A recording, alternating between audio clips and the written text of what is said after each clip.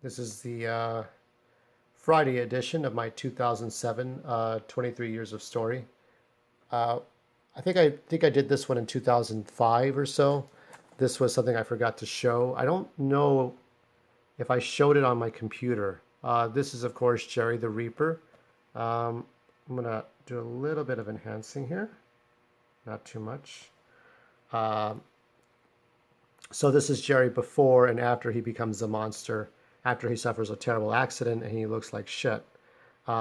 He becomes a very important protagonist, antagonist, as you would call it, for this year, or actually in 2016. So let's put that aside. All this art you are seeing is from my book, The Outcasters Drake. I will post a link for The Outcasters Drake tomorrow. We will talk about the book tomorrow. Now, in respect to my publisher, iUniverse, I will not show you all of the book. I will show you the first page of each chapter, and I will talk about it. And we'll just go over, what the summary of the book was about. But I'll actually tell you now that the book was about Drake, a character loosely based on me, how he grew up, how he met other people, how he met an alien from another planet, how he met all kinds of different races of people, such and such. Now, this first image here, this is Drake after he dies. He reincarnates into a 5 foot tall or 4 foot tall raven. Actually, it's a hooded raven or a hooded crow. And these are the different people. This is Rye as a scientist. This is Gino as a doctor. And Rosemary as a hunter. Jorge the Gorge as a monster. These ideas get recycled later on for gray patriarchy. But this was a few chapters near the end, when the city is headed toward an apocalypse. An alien from another planet devastates the world around it, and these 5 characters are suffering as a result. They suffer mutations. So this is a post-apocalyptic point of view. This is Drake and Rosemary. They're both in their 30s, and they have this sort of dance at a high school reunion. There's feelings toward each other. This is when I was a little bit younger and stupider. Now, I think I was about 29 years old when I wrote this stuff. I still believed in love and marriage. I believe there's a possible way for love to exist. It doesn't happen for me. Okay, so this stuff, I do this stuff and it's, whatever it is. Now, this is Kris Kringle Clarity. Kris Kringle Clarity was a trigger for shock value. This is a 13-year-old kid who has joined the Klansmen. He's a Ku Klux Klan. He's a junior Klansman who believes white is superior to other colors of the rainbow. And Drake is the leader of an East LA council.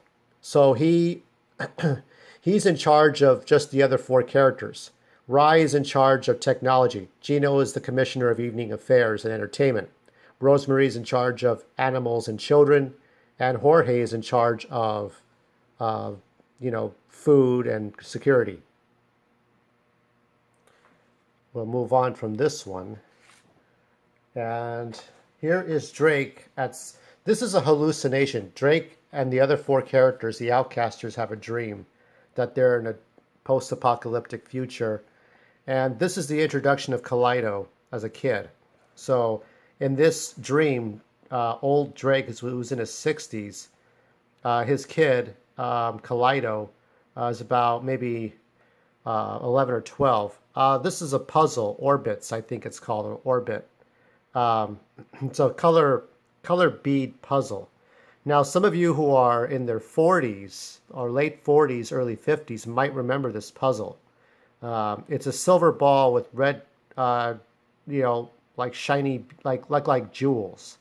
And you have to match the colors so that each color is in each circumference. Blue and green are at the top and bottom. Red and yellow are at the equator. That's orbit. I think that's I know there's a hyphen.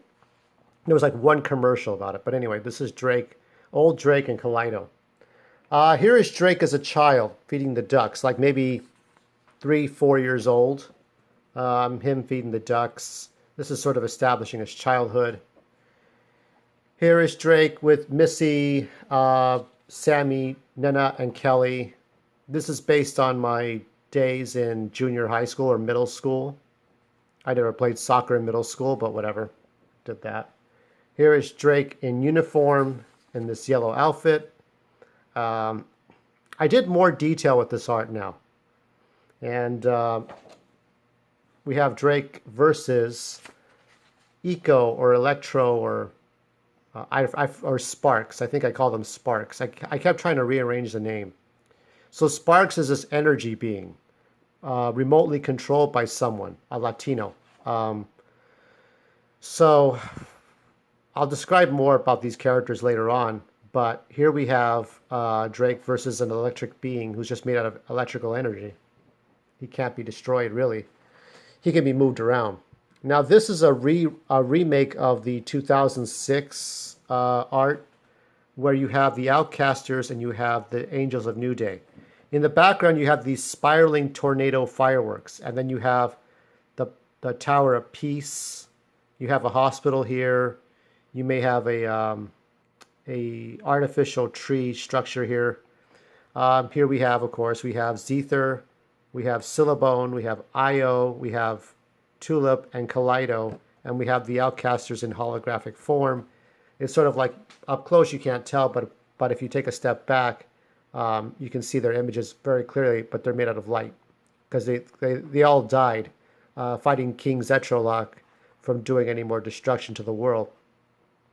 So it's about Drake who falls on hard times and he meets other people like him and they form an East LA council and they go through the motions of serving a term.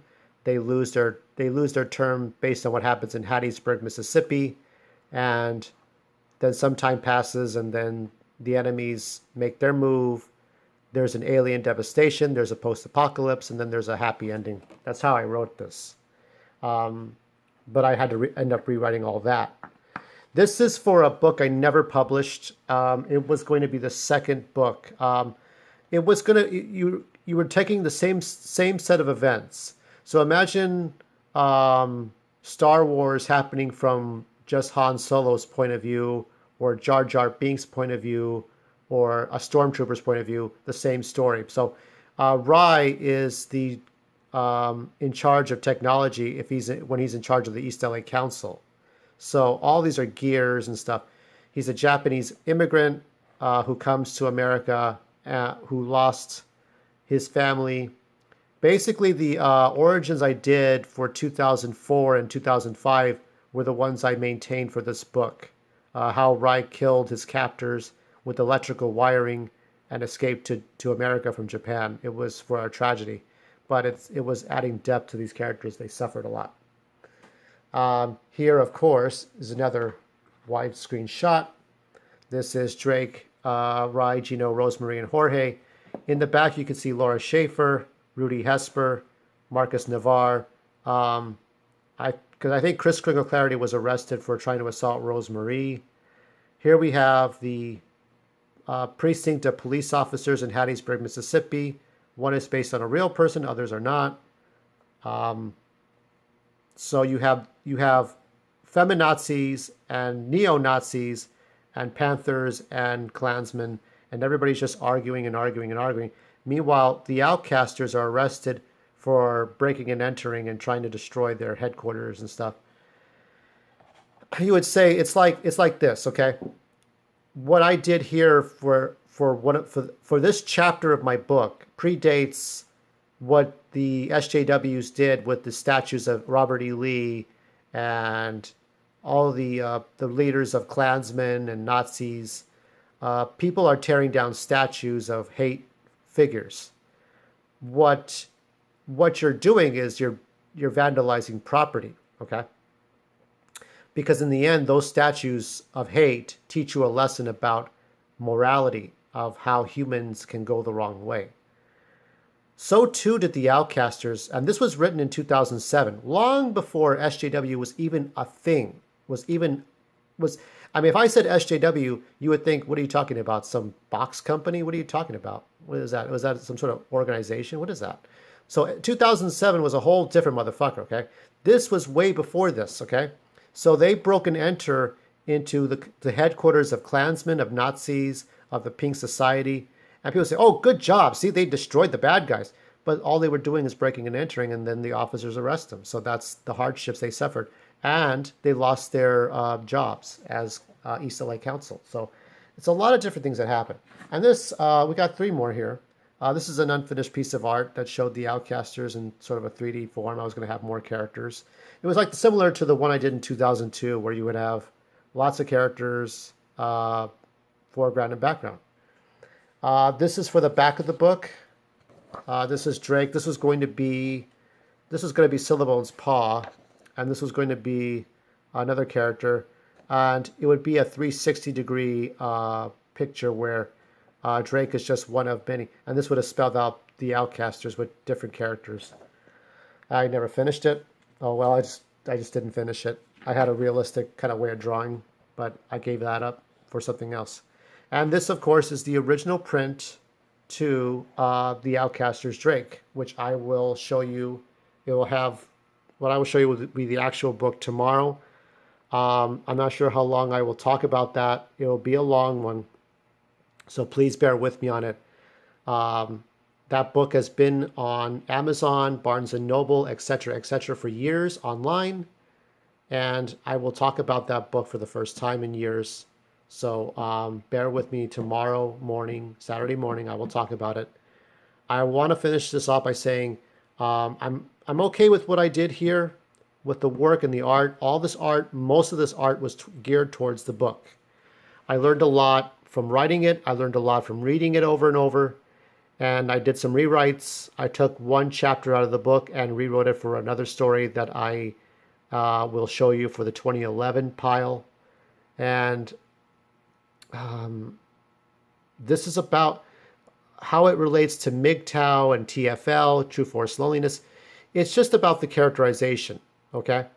And there's not much about MGTOW. It's just about how I draw, how I write for myself. And I'll put those in the tags so that people can just find my videos anyway. Just understand this is stuff I do. This is what I do to focus when I'm not thinking about being alone. This is what I do. So whatever you do, be kind, be cruel, be you, and be mindful of your limitations and how you overcome them.